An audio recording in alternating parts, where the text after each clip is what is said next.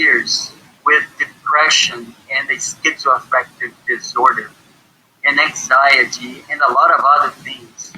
Eve tells her amazing story on YouTube. I too was healed of many things in my life, from conditions sometimes that was impossible for health professionals to figure out on their own, and figure out how to help me.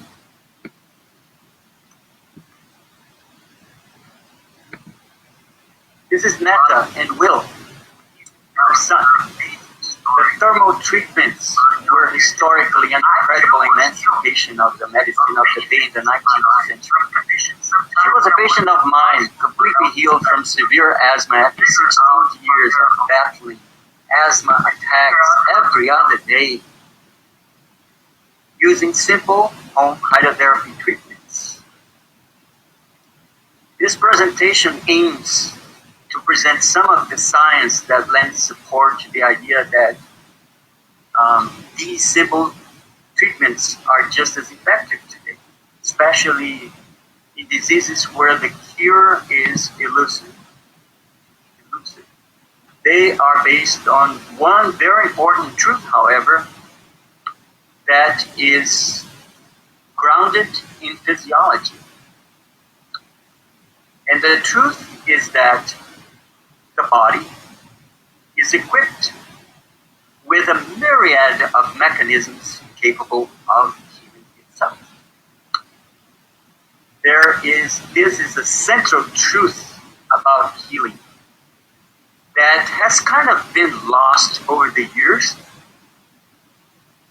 And it is the fact that the body actually heals if we can just cooperate with God, with my body, and if we can listen to the body. For instance, mice with cancer given chemotherapy will not heal if you damage their immune system. We also know that antibiotics will not work in a bacteria if the immune system is ablated in an ant. How do you heal from a cold or a flu? Well, you heal and you don't even realize you healed. You just move on. These are self-limited viral infections. What is not a viral infection that is self-limited that you survive is pneumonia. Typically, pneumonia can kill people. If a virus is invading your system and your cells, the immune system can destroy this virus. But we have the most potent machinery of the immune system to fight and promptly respond and kill the cells infected by this virus right in our bodies.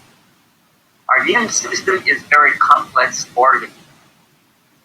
And we only understand rudimentary this immune system. But because we don't see what happens when we get healed of a cold, we tend to forget how we healed, completely ignorant of all the myriad of reactions in cells that orchestrated the healing and repair that we so badly needed to rid the body of the virus. And beyond that, build a memory and a natural vaccine to prevent us from getting this infection again should the same virus attack us again, or if we contracted these things. A litany of chemical messengers in cells in unsurpassed coordination is able to not only identify the enemy, the invading enemy, but also to arrest it by immobilizing it and to prepare weapons as specialized in special labs to poison it and to destroy all the cells that have been infected by this virus. And this is the immune system. SARS-CoV-2 viral infection is causing an unprecedented paralyzation of the population in global proportions because it seems that many people's immune system is not doing the job. And the infection progresses to pneumonia and brings people to death, or an early death. So we want to study with you today 3 secrets that we can avail ourselves of by which we can demonstrate that we want to be um, cooperating with God to fight more efficiently these infections that we have. These three secrets are exercise, fever, and thermal medicine. We already understand the role of isolation, social distancing, wearing masks to avoid contamination to others and from others to us, as droplets, are spit out, and we can contract the virus that way. The transmission from person to person is very efficient in this virus. That way, the mask is another way that we're being encouraged to prevent this spread. At first, we were not advised to wear masks. Now we're being advised to really wear masks. We can make masks at home. We can put barriers or saliva drops to just be in contact with us. And we can come home and take showers. We can wash our face. We can do many things to rid ourselves from the virus. But materially, there is a way more than we can do to harness the power of the immune system to be more effective in dealing with these viruses. And this is what we will share with you today. Now, talking about our immune system is something very special, extremely complex, so we cannot really deal with this during this time together. We will go more straight into the practical aspects of this. But we should pause for a moment to just understand. We understand that red blood cells, they carry oxygen, and they do other things too. But they carry oxygen to the whole body, while white blood cells are basically involved in inflammation. They create inflammation. They manage inflammation. They orchestrate repair. These are the battalion of cells with their different features. On one side you have a local police, and in this other circle you have a specialized squad with specialized armed weapons and tailor-made for the invading organism. We have monocytes, macrophages, neutrophils, lymphocytes, T cells, and B cells. T cells are divided into T helper cells and T cytotoxic T cells and T regulatory cells that regulate the other ones so that they don't go out of control. In the middle, we have the natural killer cell that is very effective in killing both viral-infected cells as well as cancer cells. I have had the privilege of seeing colleagues of mine show me videos, for instance, of T cytotoxic T cells going into a cancer tumor and literally dissolving tumors that way. That's how potent these cells are. But there is just one grand truth here that we need to think about.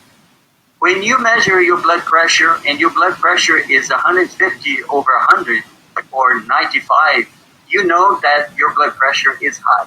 When your blood pressure is 120 over 80, you know you walk away with a normal blood pressure.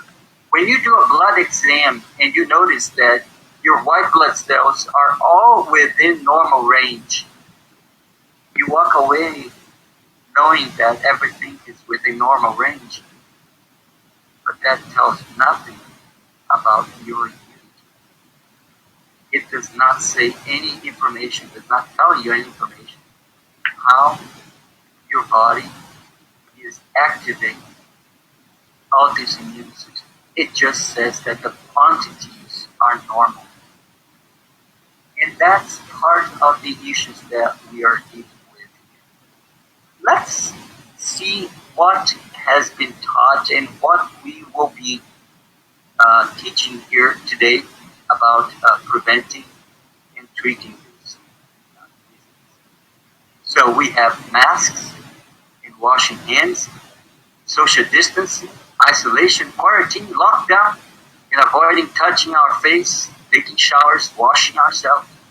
This is all very important, and it's the first measure. Without this, there is no sense in talking about anything else. These are those so-called primary prevention interventions. Along with those also are keeping a good diet, breathing fresh air in the room at night. Don't rebreathe your carbon dioxide at night. Always crack the window open and let some air in, no matter how cold it is, but you can always crack the window a little bit open to not have to rebreathe your carbon dioxide. Avoid foods that you know you're allergic to. Some people are allergic to wheat products nowadays more than ever. I've seen that over and over. Some people are allergic to dairy products. This is not the time to be using things that you're allergic of it, that you know you're allergic of. This is not the time to eat fried foods, and it's never the time to eat fried foods, not the best foods for you. A simple diet with nuts, grains, vegetables, fruits should be a simple diet that would help keep your immunity. But diet is just one aspect of this. Diet cannot just save us from an infection such as this. There is no diet in the world that will by itself be a barrier and a cure for an infection such as COVID-19. So more on primary prevention that's not talked about. It's the importance of exercise. Exercise is different things for different people. We're talking here about moderately intense exercise within the context of a field called exercise immunology. Exercise immunology is a whole field that studies how exercise influences immune function. Remember, immune function goes beyond numbers of white blood cells that you may have. Immune function is the ability to actually harness the power of these detectives, of these soldiers that we have inside, and actually get them to action in the due time and the magnitude sufficiently to face the enemy when you have an invading enemy. But when we get older, we have a phenomenon called immunosenescence. Senescence is just another word to mean old age. The immune system, with time, in time, also gets aged. Poor lifestyle choices, the use of drugs, heavy food, or just complete deconditioning, health deconditioning, has an impact on the immune system. With age, we lose cells of the immune system. We don't manufacture these cells in the same rate. We have less ability for the cells that we have to synthesize signals that are warning signals, that are the key messenger, chemical messengers that actually do the stimulation of the immune system to fight viruses. The nice truth about that science teaches us today, however, is that a lot of this that is lost can be restored through moderately intense exercise. How do you know you're doing the right exercise? Well, there are many ways of doing exercise, but moderately intense exercise is the one that really has an impact on the immune system. I will move on here to another slide to talk more about this. So, we're talking about prevention strategies, primary prevention strategies. And exercise mobilizes antigen-presenting cells. These are cells that actually tell other cells the nature and the characteristics of that virus or that bacteria. They go into your lymph nodes. They first in contact with these germs. They digest. They eat the germs, and then they wear parts of the germs out in their surface so that other people can see and recognize, this is how this enemy looks like. So the white blood cells know who to attack. So it's very important function of exercise to mobilize antigen-presenting cells because they are the informants of the immune system that informs the other cells where the enemy is hiding, and also to tell the other cells what to look for when they are in their hunt for the invading organism, the pathogen, so-called. Exercise is also slightly inflammatory, but this shouldn't scare you. We need this inflammation. Inflammation has two phases. The initiation of inflammation is it's not a pleasant thing. We always feel like crappy when inflammation starts, and when we do a moderately intense exercise, we do feel the results of this. Slightly inflammatory. But what happens? That after the exercise ceases, that inflammation is completely dealt with. And we go into the next phase, in the final phase of inflammation, which is the resolution phase of inflammation. It's very important that the body experiences this inflammation wave every time that we do exercise. Why is that? Because that creates a situation of preconditioning. We get our bodies used to inflammation, but the right way. The right way of inflammation is when something gets inflamed, it later is completely resolved.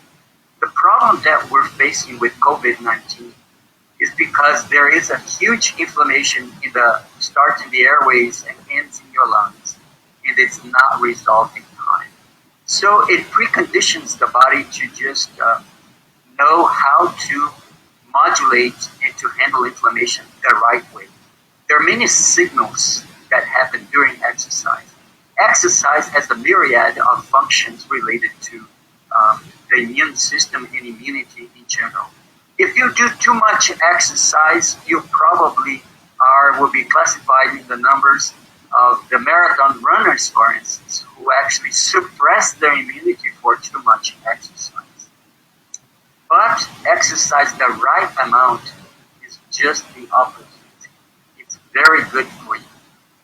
We have often heard, or we often hear that people talk a lot about natural healing and talk about health in terms of lifting weights and in terms of nutrition. But neither of these things really have very high impact exercise. You know you're doing moderately intense exercise when you cannot carry a conversation very well without getting out of breath as you're doing the exercise. That's the sign that you are really doing moderately intense exercise. For those who cannot exercise, they should do a bicycle ergometer or a exercise bike that could also provide substantial amounts of moderately intense cardiovascular exercise. Also remember to put on good shoes and remember to pay attention how you walk so you don't get deviations and so that you don't fall or trip. Choose the right place to do it. Exercising, looking at the green has been found in research to be very relaxing. Exercise now is used as therapy or supplementary or adjuvant therapy in the treatment of depression and anxiety, with amazing results being demonstrated by many researchers around the world and published in the scientific literature. So exercise is a must. Some people are locking themselves in their houses and not doing exercise. And if there was a time to do exercise, this is right now. We should all be doing daily exercise 6 days a week if possible. If you can't do 6 days a week, at least 3 days a week, we should be doing exercise. But this is primary prevention. What if we actually develop a fever? What if we come down with a viral disease? Another important aspect of viral infections is the fever response. Now this is going to sound like I'm a little bit going against medical advice. I am going against old science, actually. Old ideas that have been proved wrong in science. It is important to realize that science is bigger than medicine and informs medicine. But medicine also is constantly dropping old ideas and adopting new ones. And this is a new idea for some people, except when things get too crystallized in the collective imaginary of the population that they cannot change because health professionals keep telling people to just lower their fever because they have disconnected themselves from science somehow. And this is a case in point here. Since aspirin came on, we live in a different world because we like or we've been told to lower temperature. But this is often very unwise for the body because the body uses temperature to fight viral infections. Many scientific articles have been written about this, and the consensus of these publications and the whole body of them support the idea that fever is a friend and not a foe, and not something to treat or get rid of. Fever, if well tolerated, offers survival advantage. And to an organism, it is beneficial because it helps us fight infections. It should not be lowered, especially with the help of medications. And I say this because it's very easy to lower fever when fever becomes extremely uncomfortable. But listen, fever is just a symptom.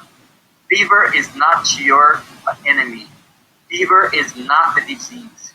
Fever is a natural, God-created response of the body that works in favor of the host. Fever can be better tolerated sometimes if you regulate it. The best way to regulate fevers is right at home without medication. A person with chills has a fever, even though it's chilled. If you feel very cold, that is also considered a fever. And some people feel so cold to the point of shivering.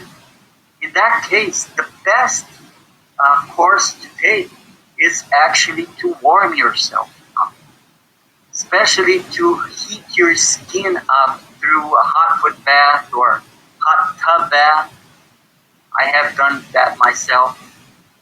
Yeah, I have.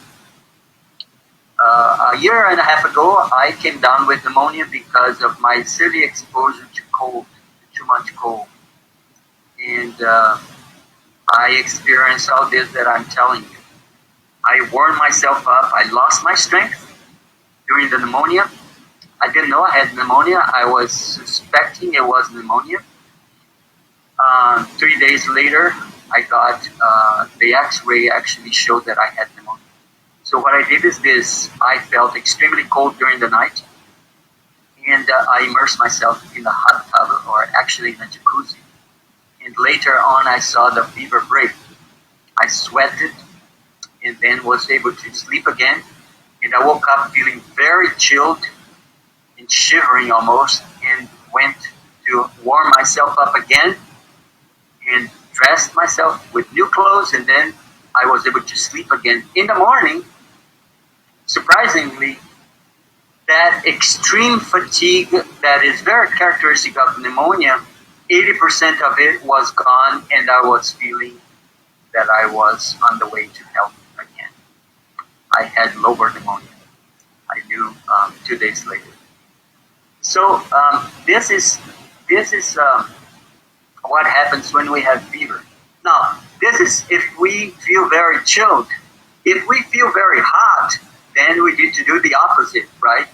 Because if we feel hot, the best thing to do is to, if we want to lower the fever a little bit, is to take showers at neutral temperatures. That always works very nicely, and also gets you to be um, recovered from the fatigue, and you will get a new lease on the feeling energetic again after a shower.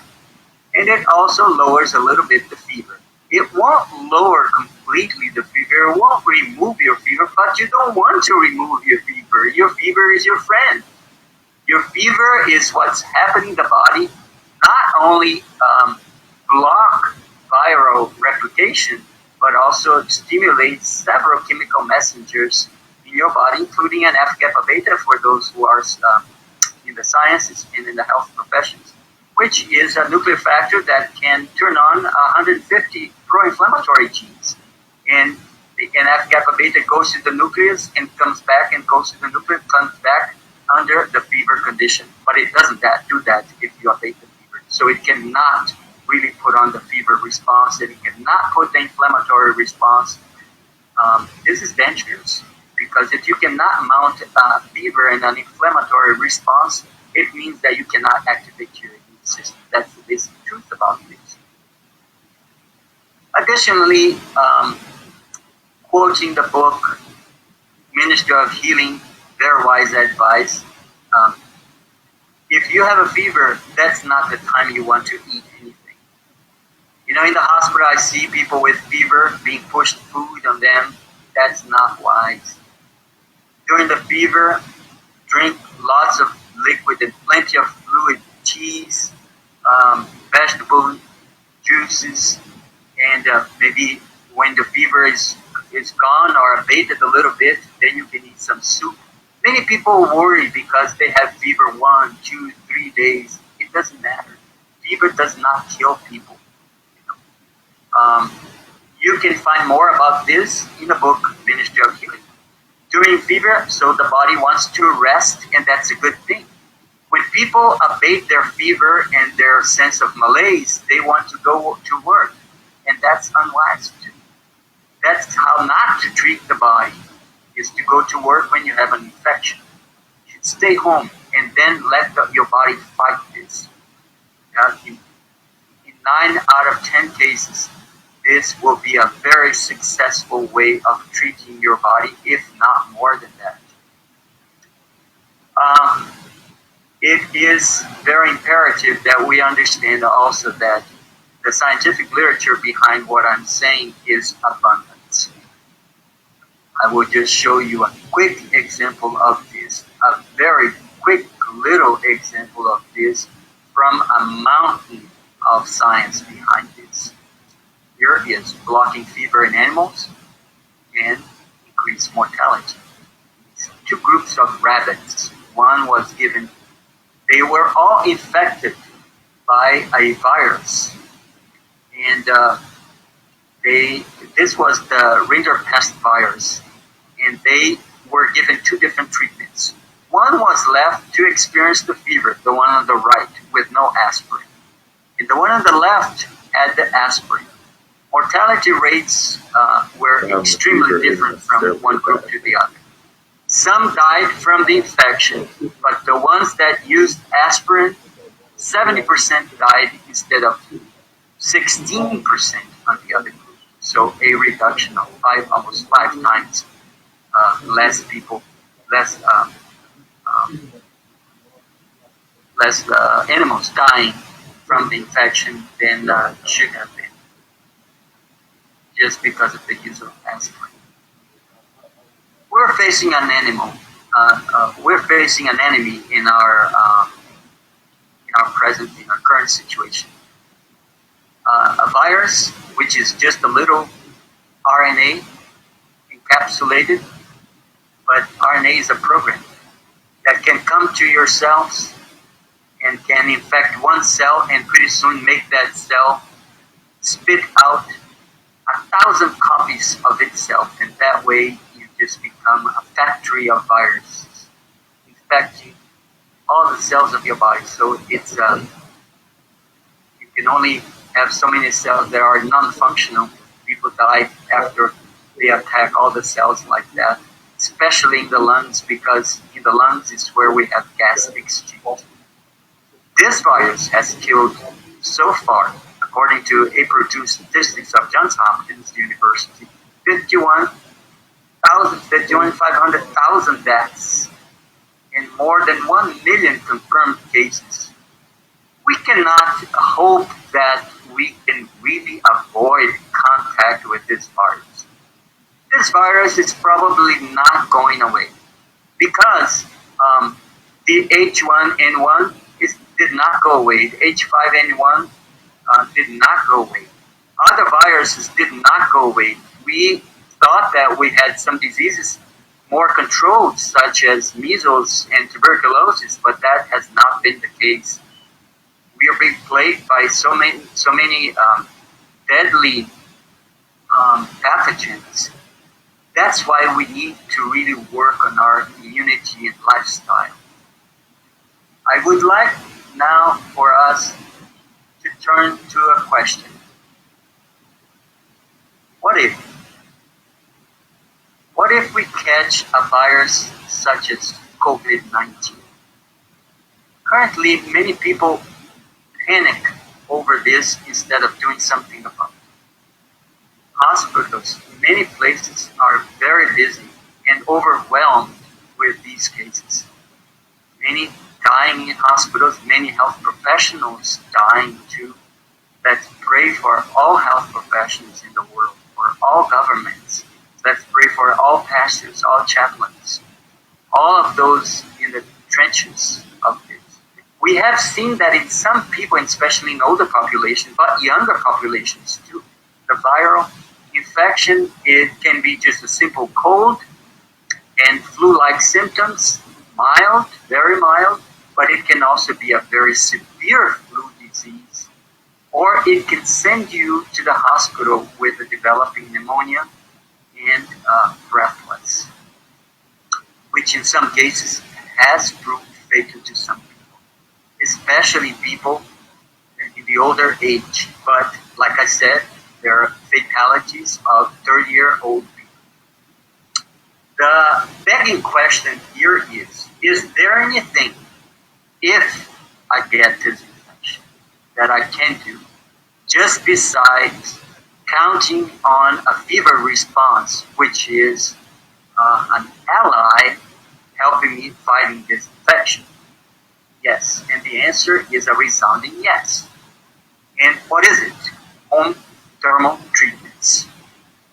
How do I know this, you might be asking? Because I have treated many respiratory viral infections in my life as a hydrotherapist myself, and I saw the difference when I treated and when I didn't treat. The treatment, this treatment I'm talking about, has also been in use in the past by a lot of health reconditioning centers or natural healing centers based on the treatments with hydrotherapy. It has been advocated by many people like Dr. Agatha Trash from UT Pines and Wildwood Institute and many other institutes here in North America, and with a lot of success. I also know these things are 100% successful because we have historical account of this success. And it's this historical account that I would like us to pause for a moment and just consider the seriousness of this historical account. As you might know, COVID-19 is not an epidemic in the proportions of the epidemic that we had in 1918, the so-called Spanish flu, the deadliest pandemic in modern times. Young, old, sick, and otherwise healthy people all became infected. And at least 10% of those that became infected died. That is a very high rate of fatalities. It spread to the whole world in 3 major waves, and it killed 673,000 Americans. It even killed the president of some countries, like in Brazil. Governments had, back then, it was the end of the World War I, and governments had to hide information about this so as not to give advantage to the enemy nations that they were fighting. This infected a third of the world's population and killed at least 50 million people, leaving a trail of extreme anguish and despair in the whole world. This was called the mother of all epidemics, the Spanish flu of 1918. Amazing, to my knowledge, the Adventist population published things about this, published things what they do in the Adventist papers. And to answer this question more appropriately, I would like for us to really delve into the original articles and the original papers that we are extracting some information from, to let you know that this pandemic was dealt with in a very interesting way by Adventists back then. Let's investigate these historical accounts. The Review and Herald is the most read publication in the Adventist Church, and it's filled with mentions of the epidemic of 1918. And we'll be presenting here some quotes from this. There are some stuff to read in these quotes, but I ask you to be patient and pay close attention to these texts, and then we'll go right into the hydrotherapy that I told you about. This will give us tremendous insight into what happened back then, and I promise will infuse in you a lot of hope and cast some light into this conundrum, into this pandemonium of this epidemic that we're living through right now. If we really listen to what has been written. Here is the Review and Herald of October 17, 1918. The response from the church to this epidemic included positive instruction on practical things to do beside the regular measures of isolation and social distancing.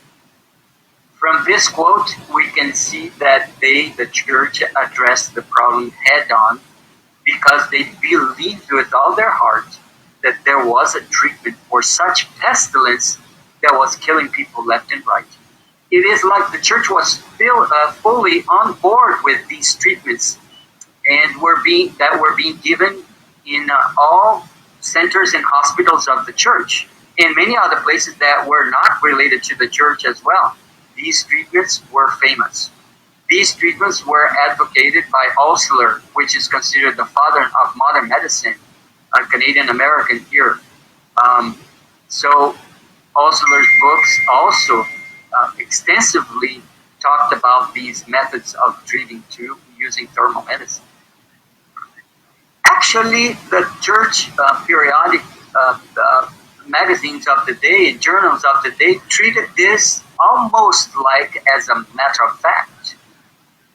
In other words, they were so very sure that the whole system of treating disease using thermal medicine, which kind of differed a lot from the application of medications of the day, which were really poisonous and people didn't know what they were doing, was, in their view, a spectacular therapy, and so they advocated it.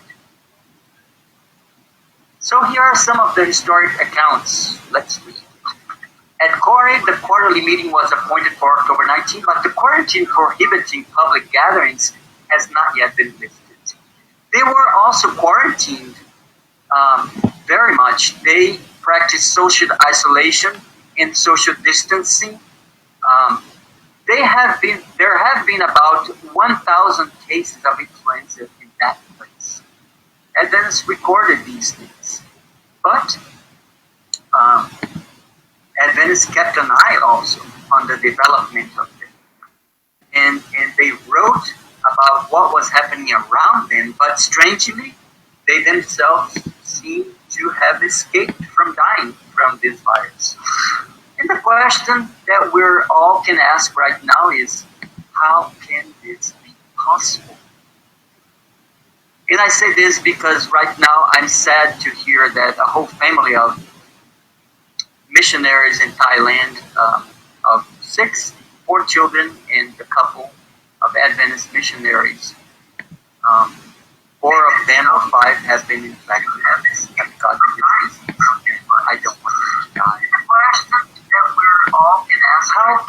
possible that the Adventists seem to have escaped fatalities during the most deadly epidemic of modern. Let's read on and you will see the striking parallels between their predicament and our current situation. But let's keep in mind that this pestilence, this pandemic of 1918, was an even more virulent organism and killed way more people, and it killed sometimes in a matter of 30 hours. People woke up, some people woke up one day and did not rest in their bed that night. They went into sleep of the bed. And these are the texts that I would like to share with you.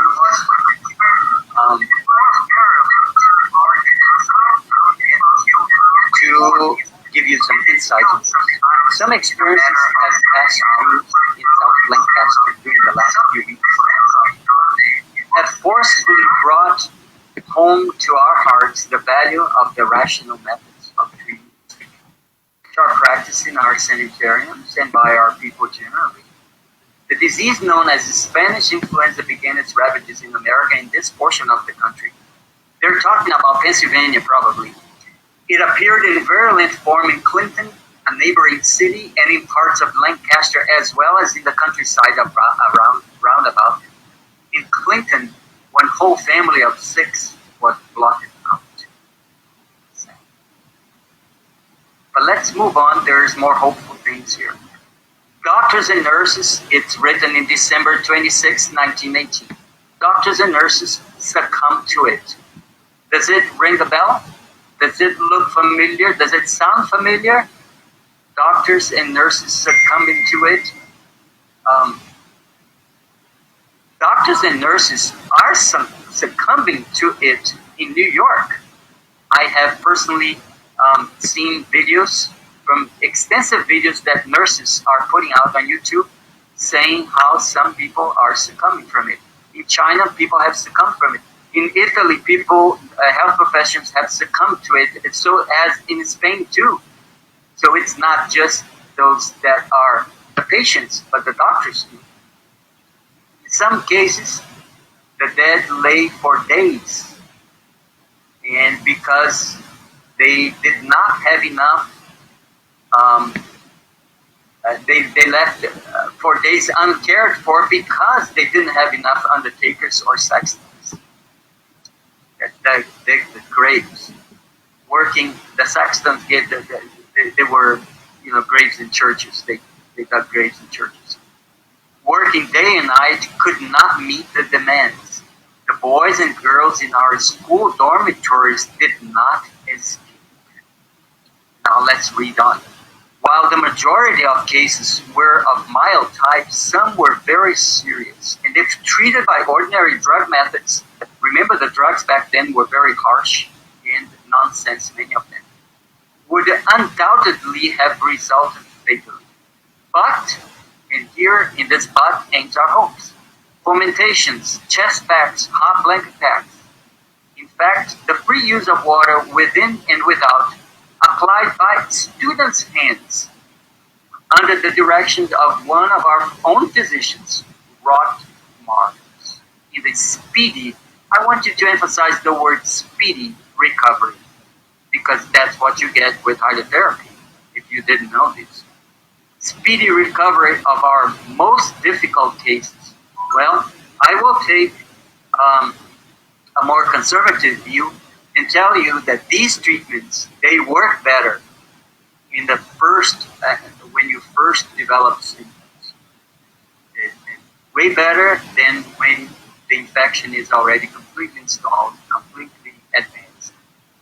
Now let's read on. Doctors who had patients dying day by day marveled at the fact that in our large and crowded dormitories, with practically no professional nurses in attendance, we had no fatalities.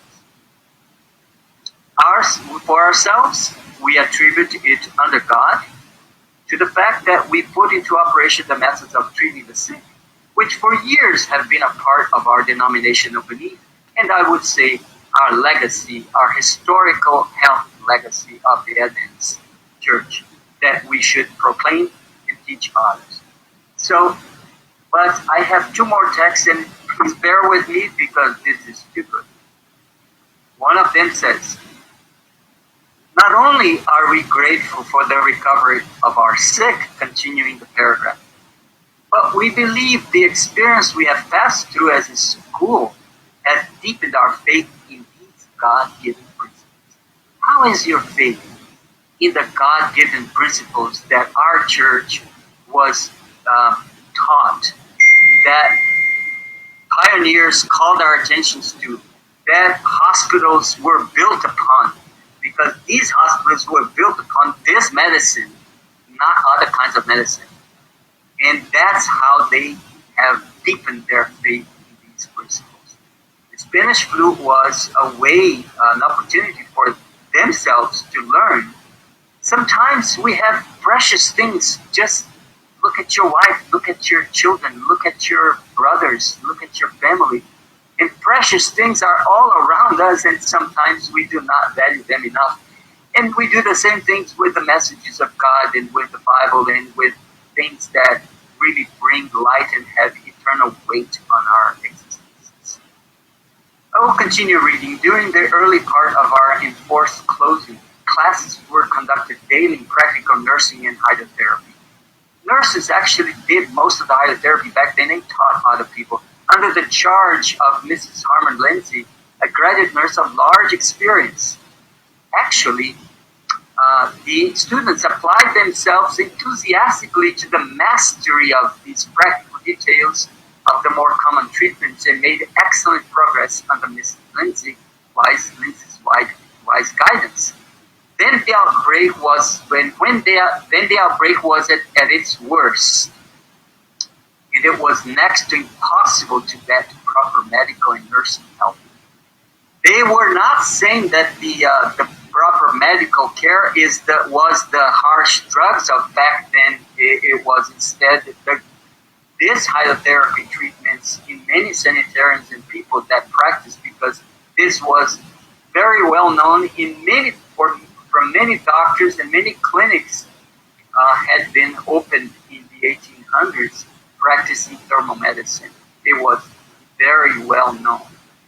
Our girls protected with masks, they started making their own masks and taking other measures to escape the infection, entered homes where the disease was present in virulent form, and did splendid service in behalf of the sick and the dying.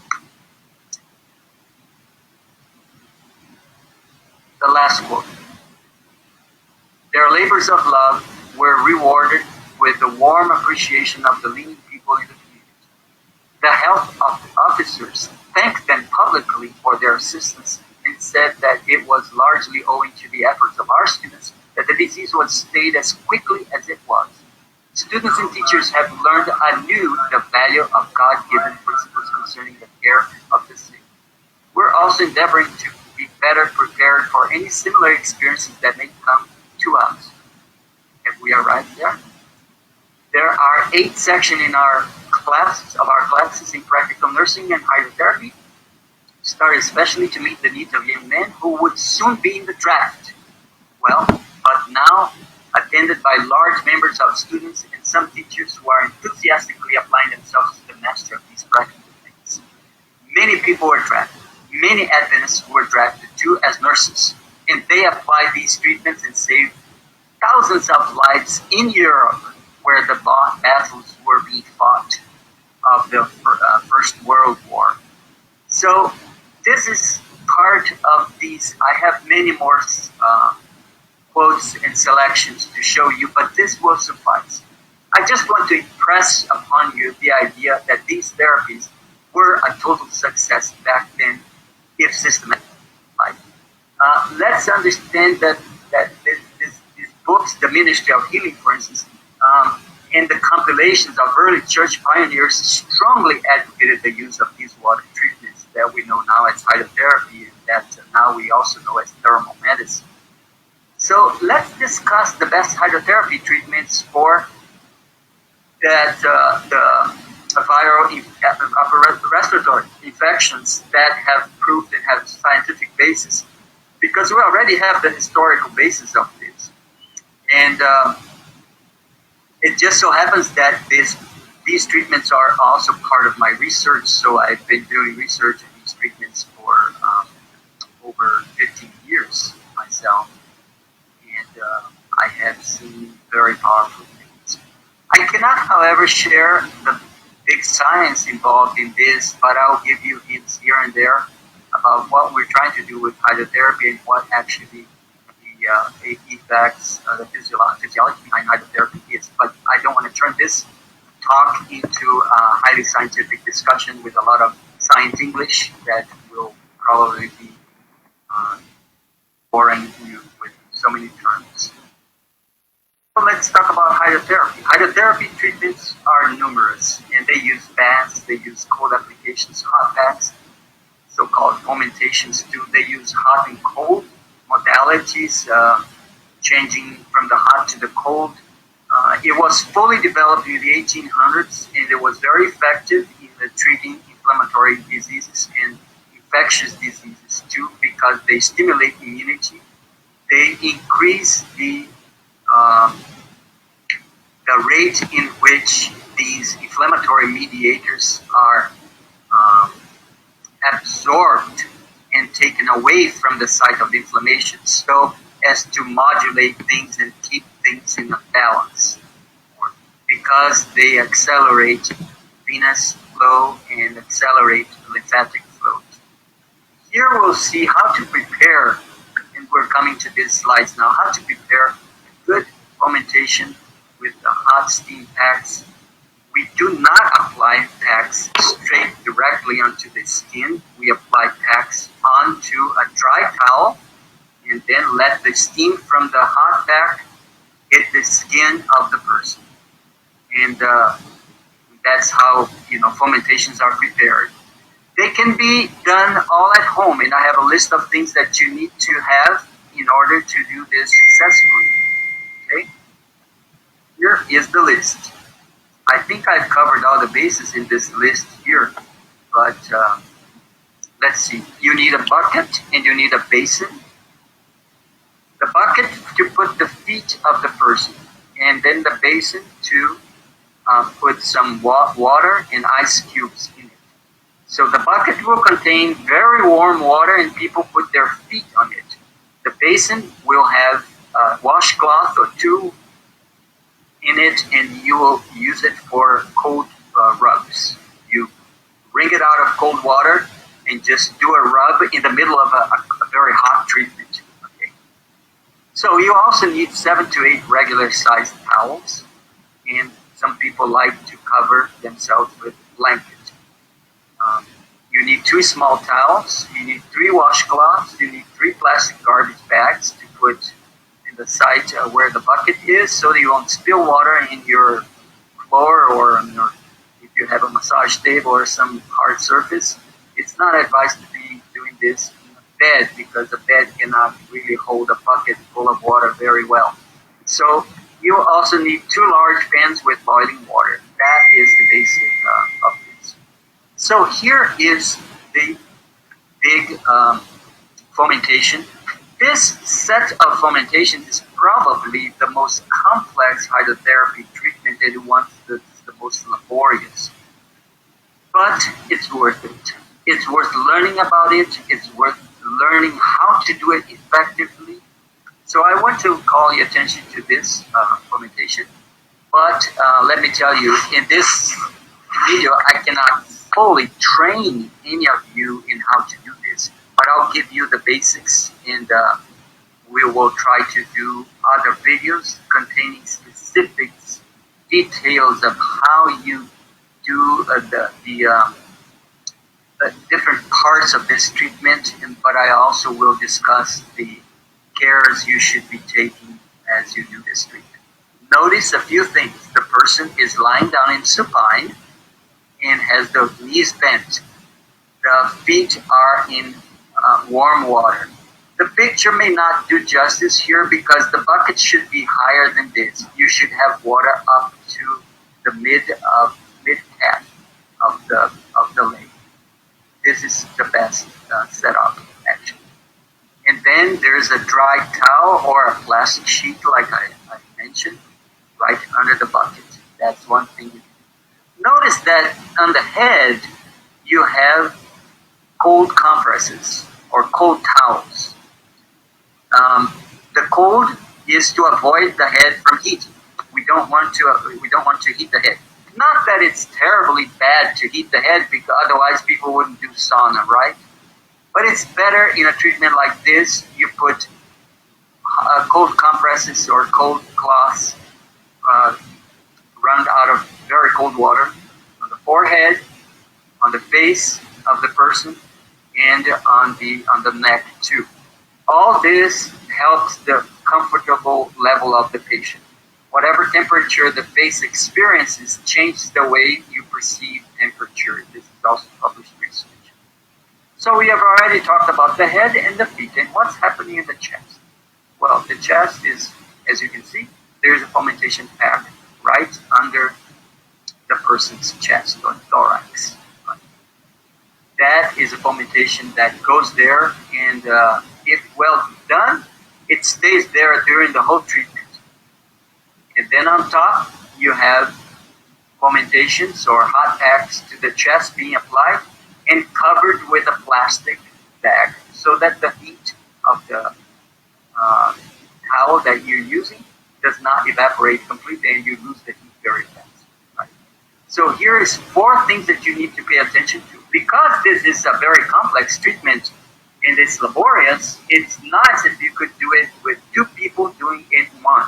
But I have done it myself, all by myself too. And if the need be, I will do it on myself. I know it sounds almost impossible, but I have done it. But once you get very practiced and very skilled at it, you can do these things. So we have 4 different sites being hit now by different thermal stimuli here. The feet, the upper chest, the back, and the head. How to do it? How do I start this? What is this actually doing? First of all, I would like to just reiterate that knowing how to apply these treatments can save lives. And it's very important that we become familiar with these techniques. Powerful aiding the body to fight infection and respiratory infections, especially the viral ones, because there are no antibiotics for viruses. In hydrotherapy, you apply heat to the skin, overlying an organ that you want to target. And this heat produces secretory vasovascular reflex between that organ and the skin because of reflex connections that are explained by the convergence theory of these things at the level of the spinal column and the white rami and the autonomic nervous system ganglia, the paraspinal ganglia. Besides that, the heating of the body is in itself anti-inflammatory just because of the shifts in blood that you create. As you know, inflammation is about accumulation of blood. So people called this back then congestion. That's how they named it. That's how people named inflammation. Now we know a lot about inflammation. We have tons of research in inflammation, actually. But this reduces the availability of blood to inflame too much the lungs and cause this that we're seeing nowadays. The deaths by pneumonia, extravasation, change in permeability of the lung arterioles and the capillaries, and then exudates that are fibrotic in nature, and that will cause fibrosis in the lung and disappearance of ground glass. Besides that, keeps the excess blood in the skin, because the skin can take 60% of cardiac output, so it's okay to make the skin red and rich in blood. But we are actually extracting some blood from other parts that want to create this inflammation and will create the inflammation. We want the inflammation to be created. The inflammation, nobody can stop that. And it's not wise to just take anti-inflammatories for that, right?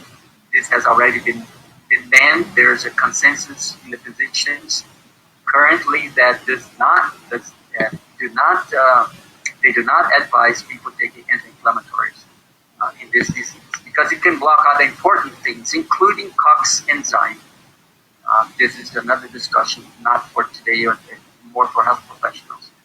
So it increases the blood, it increases the heat overall of the blood. Now we know that heat can stimulate inflammation, but at some point, depending on the amount of heat, it can also block inflammation and block the replication of viral particles. And as well as it enhances the presentation of antigens, just like exercise does too, because of migration of these antigen-presenting cells to lymphoid tissue, into tissue where the antigen presentation occurs. And that's where I told you that the cells that teach the other cells what the enemy looks like and how to catch it. So the scientific literature based on this is very abundant, but you need to read a lot of different areas like immunology and rheology and cardiovascular physiology to understand all that's going on here. So after treatment, the skin that you apply these treatments should become pink or different, depending on the color, depending on what the color of your skin is. The aim of the hydrotherapy fomentations is basically to modulate the visceral blood flow, inflammatory reactions there, and the flux of lymph fluids and post-capillary venous fluid and pre-capillary blood flow too. Okay, we want this blood to keep moving, and that's not what happens in an infection type of viral origin like this. There is an increase in blood flow and there is blood stasis that follows immediately. That's where things get very complicated. We need to combat this stasis, which people call congestion back then. So the three parts of this fomentation set is,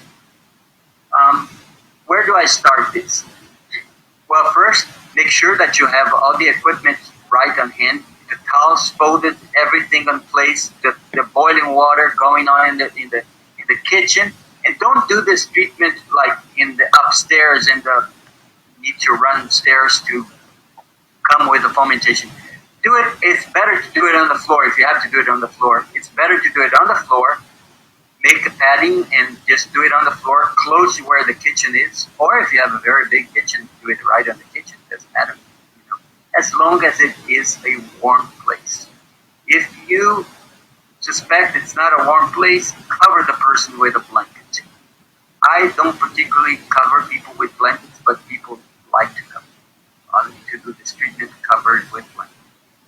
So I start my treatment with putting the persons in a hot foot bath.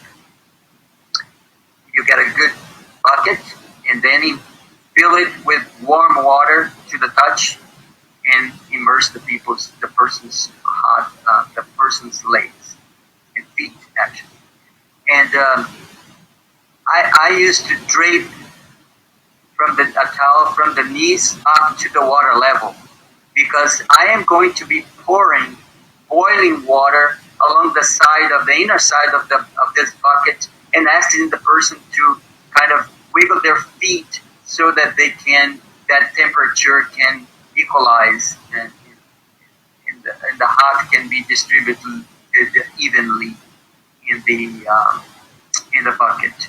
So that's what I do. That's the hot foot bath. Hot foot bath is good for many things. The feet have reflex connection with the uterus, prostate, lungs, and head. And this is reflex connections that you explore in hydrotherapy. So it's very important that you start by heating the feet and get the feet really warm and keep adding constantly boiling water. That is something that people don't understand. They let the temperature fall. The temperature in the bucket will fall very easily unless you get a bucket that is surrounded by styrofoam or something like this that will not lose its heat. But the buckets, the water in the buckets, typically they lose heat a lot. So you need to constantly keep adding boiling water. To not spill on the person's leg, you should cover the leg with towel and let the towel touch the water. It doesn't matter.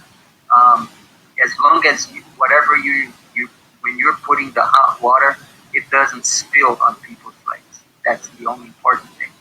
Ask the person.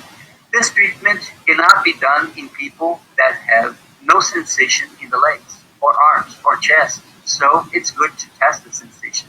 To test the sensation, just ask the person to close their eyes and go slightly with a tissue paper piece, very, very lightly over their legs, over their arms, over their chest and back, and close their eye. Ask them to close their eyes. And if they cannot feel what you do, then you shouldn't do this treatment. Okay? So once you get the person's foot completely warmed up, it's time to apply the hot fomentation to the back. The hot fomentation to the back, you start with a plastic sheet, and then you put a very hot run out of boiling water compress or towel. You come with it. I don't have a towel here, but I'm producing videos to show you pretty soon, and we can find a way to, maybe through the website of the church or some other way, we will get you the word if you log in to show you these videos and specific techniques and what to watch for. So you put the plastic, and then you put the hot towel, and immediately you don't let any time go by. The steam is going, and the steam is losing the calories by the second, by the millisecond. And then you put the dry towel on top of the hot towel, and then the steam will go through the dry towel and hit the person's skin of the back, and you warm the back of the person. This is the whole region of the lungs, all the region of the lungs back there. Heat the whole thing up. By the end of the treatment, all these areas should be pinky red, very lobster red. Then you apply the fomentations to the chest. The fomentation to the chest is the opposite of the back because the plastic goes on top. In the back, the plastic is the first thing that goes.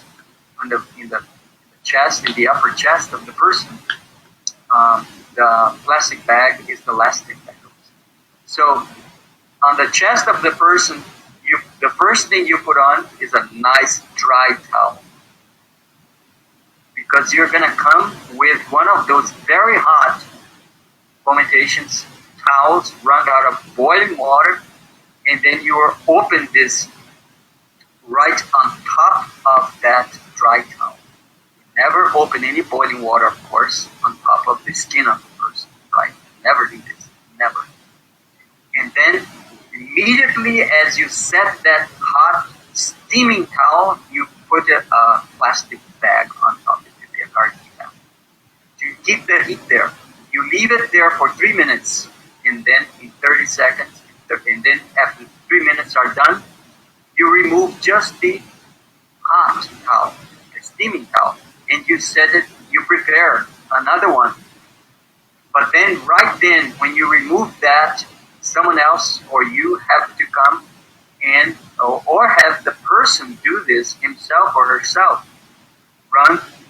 Hand a cloth of water, run from very icy water, very cold, and have the person do a friction, a cold friction all over that area that was hit, that was hot before. So it's this contrast of heat and cold that enables the blood vessels of the skin to be more reactive every time you come in with another hot compress. So you come in with another hot compress and put over the dry towel. If the towel gets wet, you change it immediately, but do not let any time in between. Do not do these things in a slow pace. Everything has to be done as far as these changes, they have to be done in a very fast pace. And that's why this needs practice. Okay? So you come in with the other towel, a hot towel, and put the person in a hot towel. Now, when you apply hot packs to people's skin, the first thing that they tell you is that, oh, this is burning me. And how do you deal with that? Very simple. You ask the person to, in the back, you ask the person to move a little bit like this, and then you dry the area completely because the skin, the sweat will burn. The sweat will increase the temperature. When it meets the steam, it will boil a little bit and create a very unpleasant sensation. This sensation is obliterated if you can actually dry that sweat. So very important to dry the sweat. So in the front, you also remove the whole thing by the hand, and that is the dry towel, the wet towel, the hot towel, and the plastic. You just remove the whole thing and just dry it really good and put it back immediately. If the person says, but it's still hot, then you can increase the number of layers of this towel. If you started with 3 layers or 4, you increase to 5 layers. You just put another smaller towel on top before you put in or just take the hot and then put another towel and put the hot back and put the plastic back. As long as the person feels comfortable, the person needs to feel like, can't feel like it's burning. It needs to feel like it's bearable. But let me tell you folks, I kid you not, this is intense heat, okay? Now people can take this, trust me, people can take this nicely, okay? And that's very important. So those are the basics of this treatment. You need videos to really catch on to the details. Recommendations. On older individuals, the skin is less reactive, so the heat needs to be carefully gauged to avoid burns. So, same thing in children. Number 2 is that during the time of the treatment, maintain a washcloth on the forehead the whole time, especially in older persons. On the chest, fomentations need to be placed very quickly and covered in plastic to avoid the heat dissipation. Remind you of this video. And number 4, some videos on YouTube have taught us some of this. Some people like to use the microwave. They prepare a wet towel and then they microwave the towel inside a bag and then they take it out of the bag. I prefer just immersing it in hot water by the tips and wringing it and stabilizing my hand and wringing it until I only have the very hot water, the steam, but I don't have so much water. In other words, the hot packs are not, you don't bring them soaking wet. You bring them coiled like this so that the heat does not evaporate, and then you lay it on the person and the plastic on top immediately. This you do for 3 minutes in the cold for 30 seconds. 3 minutes, 30 seconds. 3 times, 3 changes. Again, you do the hot fomentations in the chest, upper chest, for 3 minutes, and then 30 seconds cold, or 20 seconds cold. 3 minutes or 4 minutes and 30 seconds cold. There is no, 3 to 4 minutes, 20 to 30 seconds. There's no set limit for this. But you should heat that area very well and then come with the cold, which resets the tone, the vascular tone of these vascular muscles. Okay?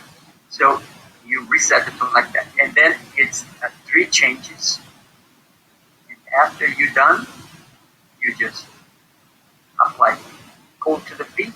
You ask the person to move the back or sit up, and then you wash the back with cold, very cold water, and the person's back is completely red, really pinky, and then you dry it completely, and you do the same as you finish the one on the chest. And after that, dry the feet really well too. Put on socks immediately. Put on clothes immediately after that, and then have the person rest for an hour. This treatment is Now, more recommendations. Give this treatment twice a day, not too close to meals. There's a type of them. Not too close to meals. Okay, it's not good to eat and do a treatment like this, and for obvious reasons. Decide to do the treatment number 2 on the first symptoms. Don't wait for things to. If you don't know, I don't know, I have COVID, but it doesn't matter. Do it as suspect the worst in times of pandemic. 3. Treat one another. That's what we should do. We should be following those Adventists of 1980, that they treated one another. Their acts of kindness, of boldness, and of strict adherence and belief in these therapies, it is what arrested the blessing of God upon them, to the point that they said there were no fatalities, and we were able to solve the cases in this city. Number 4, protect yourself and patient with masks and goggles, okay, if possible. Number 5, wash towels and dry them at the treatment. I have one more recommendation for the person that you're going to be treating. If the person has a viral infection, ask the person to take a full shower before the treatment, a warm shower before the treatment, and dress really warm until the time of the treatment. Then the person has to take off the shirt, and the socks can be a little bit exposed to the skin, so you can do the treatments. Protecting yourself with masks is very important too, if the other person has. Goggles help too. If you have industrial goggles, that helps. The virus enters through the eyes, through the nose, mostly. So those are the 2 things you have to protect yourself from, especially to the nose. Frequently asked questions. Can I use the heating pad for the back? No. You should never lay on a heating pad. If you want a heating pad, such as the one that I showed here in the picture, go to the website, the Thermo4, Thermo, ERMO4. Thermophores are manufactured by an Adventist company called Battle Creek Equipment. And if you look up Thermophore or heating pack and Battle Creek Equipment in Michigan, you will find it, and that you can put in the back of the person. The person will manage by themselves. They have switches, and the person will administer the heat and gauge the heat and activate or turn on and off as they wish. So they can use this Thermophore instead of the compress, the hot pack for the back. Okay, not good for the chest. You cannot substitute the chest for a Thermophore. Okay, and do not use a heating pad to lay on, because that could be a disaster. And it's right there on the manufacturer's instruction not to do that. Can I do this just once a day? Well, I recommend people do it twice a day. And if the older you are, the more times you need. So twice a day is a good frequency to do these treatments. But once a day, in my cases that I've treated, and myself too, just one treatment got me over the hump of viral infections many a time. What can I do not to burn my hands or to burn my patients? Well, you can wear kitchen gloves made of rubber, so that when you're wringing the towels, it doesn't spill on you. And you can pay close attention to the patient by draping the patient with towels, by drying the patient frequently so that you don't burn the patient when the hot compresses are on them. In what time should I see the results? I would say 24 hours. You see the results. Where can I find videos, books on this? Well, there are many out there. I would recommend you books such as The Home Remedies by Agatha Trash, YouTube on this. Can I get a written copy of this technique? I will try to give you a written copy of the instruction how to do this technique, and try to put up some videos on the website there of the church and other websites too that you can access. Just give me some time. I would like to end with just two more quotes. One of back then for the Review and Herald. But fomentation's chest packs, hot blended facts, in fact, the free use of water within without applied by the students' hands under the direction of one of our producers, wrought marvels. I want you to think deeply about this. Wrought marvels. What we're having nowadays in our world is wrought havoc instead of marvels. This virus is making havoc and creating despair. These treatments wrought marvels. These treatments we're advocating as done speedy recovery of the most difficult cases. Do you believe that? I do. Doctors had patients dying day by day and day by day marveled. Well, doctors don't marvel about a whole bunch of things nowadays because so many quack therapies have gone out into the world. And so many people are advocating medications or things that could be effective, but this is a very serious infection. And we have to harness the power of the immune system. Not too many things can do that. But I know that thermal therapies, exercise, do that. And that's demonstrated scientifically and very backed up by the science that we know nowadays. With practically no professional nurses in attendance, we had no fatalities. Folks, we do not need all these fatalities in the world. There is a secret in our past. The lessons that we can learn from our past can guide us in our future. But I would like to end this presentation with a quote from the Ministry of Healing. Here is where the problem lies. Water treatments are not appreciated as they should be. And to apply them skillfully requires work that many are unwilling to perform. But none should feel excused for the ignorance or indifference of the subject. There are many ways in which water can be applied to relieve pain and check disease. That's exactly what happens with these fomentations. All should become intelligent in its use in simple home treatments. I want to thank you for hanging out with me here today and to learning a little bit, a thing or two about these treatments and about the reactions of the body to thermal medicine. I sincerely hope that we can learn together from this, that we can go out there and treat the world, that we can spread this news about these treatments to many folk. And you will see and prove for yourselves that this epidemic doesn't need to be the horror that it is nowadays.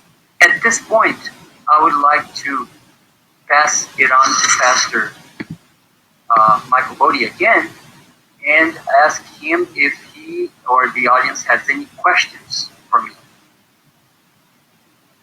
Well, we'd like to thank you, Professor Remigio. It was a very educational, very powerful, very practical presentation that you gave. At this time, we'd just like to give a few moments. If you have any questions for Professor Remigio, feel free to type those in the comments now. If you have any questions, feel free to type those. I thought this was an amazing presentation. I learned a lot, especially what you're saying about fevers and how it may not necessarily be a bad thing when you have a fever and how to navigate that for your health to improve. So that was an incredible insight. And just the whole presentation was very, very powerful and very relevant in these times. Just going to give a few more moments if anybody has. I would say let's toss out therapies that have proven ineffective. Mm-hmm. But let's not forget those that have historically been proven very effective, and that were the basis for us creating hospitals in the first place in the Adventist networks of hospitals. Yes. And they served as the motivation to a new kinds of therapy that that were beyond just medication, pills, and pharmacology. Even though our pills today are not like medications before, but we don't have to toss out this baby with bathwater. Right. We have a lot to use them, and they have proven a tremendous help back then in situations where medicine really does not have a definite solution for this, right? So, current medicine. Yes, definitely. It looks like we don't have any. Oh, I'm sorry. We had a question just come in. 1 second. Okay, Sister Karen Henry, who is a member at North Star, who attends North Star, she says, has this treatment been applied to those who have coronavirus and shown effective? I didn't understand the very last of the question. After these treatments are applied to patients with coronavirus? I'm sorry. She said, has this treatment been applied to those who have coronavirus? And if it has it been shown effective? I have no idea because I just started sharing these treatments right now. I know of some pastors and other pastors that are putting videos on YouTube demonstrating the same thing or something similar to what I just said here, but less structured, but demonstrating how to do the treatment. There is no way of knowing who is doing this treatment at home because these are not going to be done in hospitals. So there would be very difficult to keep track of such thing. It's a good question, but that's, there's an inherent difficulty right there to keep track of this. Okay. Yeah. I know that I have applied, many institutes have applied in cases of H1N1 very successfully. UGPINES is there to show this, so we know from their history and their publications. Yeah. The COVID, SARS-CoV-2 is just another one of those viruses. It's no different than the other SARS viruses. The H1N1 is also a SARS virus. Yes. So, okay. All right. Well, I hope that answers the question. We have another question from Mr. Bill Edwards. Bill Edwards says that he missed the references given. Can you share your references again? my references.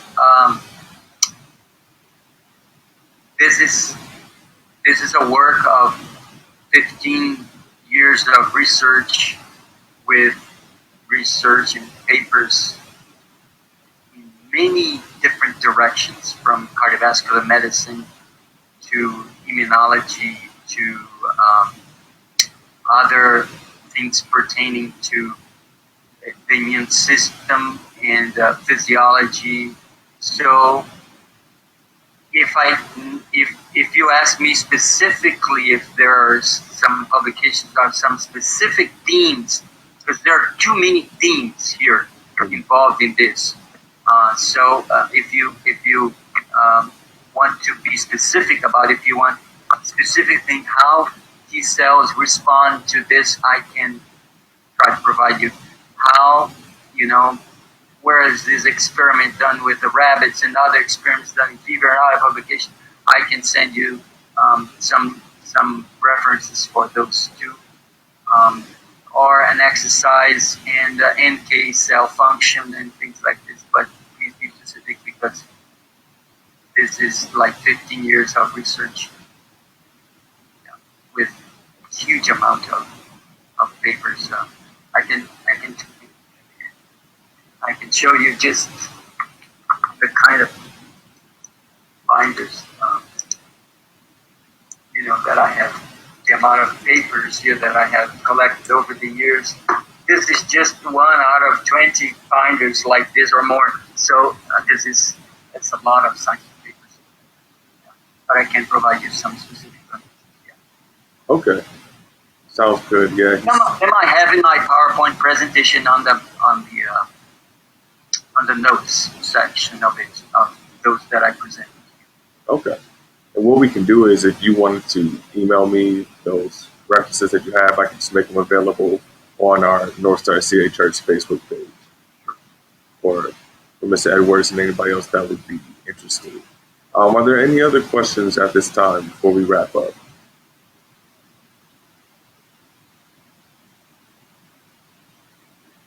Well, Professor Remigio, we'd just like to thank you once again for taking the time out just to speak to us, to give us some practical and spiritual tips on how to prevent the spread of the coronavirus, and just really emphasizing the importance of our Adventist history of the health insights that God has revealed to us. And don't see any more questions at this time. Just want to thank you and express my appreciation, all of our appreciation for what you shared today. Um, if it's all right, let's just go ahead and wrap up with a word of prayer. And as I said, we can make your references known on the Facebook page later on. Okay, let's bow our heads for a word of prayer. Dear Heavenly Father, Lord, first and foremost, we just like to thank you for another day of life. Lord, although we may be in the midst of a global pandemic, God, you are still good and you are still worthy of all the honor, all the glory, and all the praise. Lord, we thank you so much for just the inspiration you have given to Professor Remigio to just share some practical and spiritual insights to help us as we're trying to navigate this difficult time in history, Lord God. Lord, we know that there is nothing more powerful than you, Lord God, that you are greater than anything that the devil can throw at us. And we know that, Lord, in you, there's always hope for a brighter tomorrow. So, Lord, I just pray that you help us to not be so spiritually minded that we're no earthly good. Yes, we need to focus on you. Yes, we need to put you first. But Lord, also help us to utilize the practical resources that you have given us in order to have good health, in order to have a good spiritual life, in order to do and be all that you've called us to do and be. So, Lord, we just thank you for who you are and for all that you're doing. We pray that you help us to continually grow in you and to move forward in faith and not fear, Lord God, because greater is he that's in us than he that's in the world. We love you, God, and we thank you for first loving us. In your name we pray. Amen. Amen. Thank you. Thank you so much, Professor. God bless you. God bless you too. All right. Take care.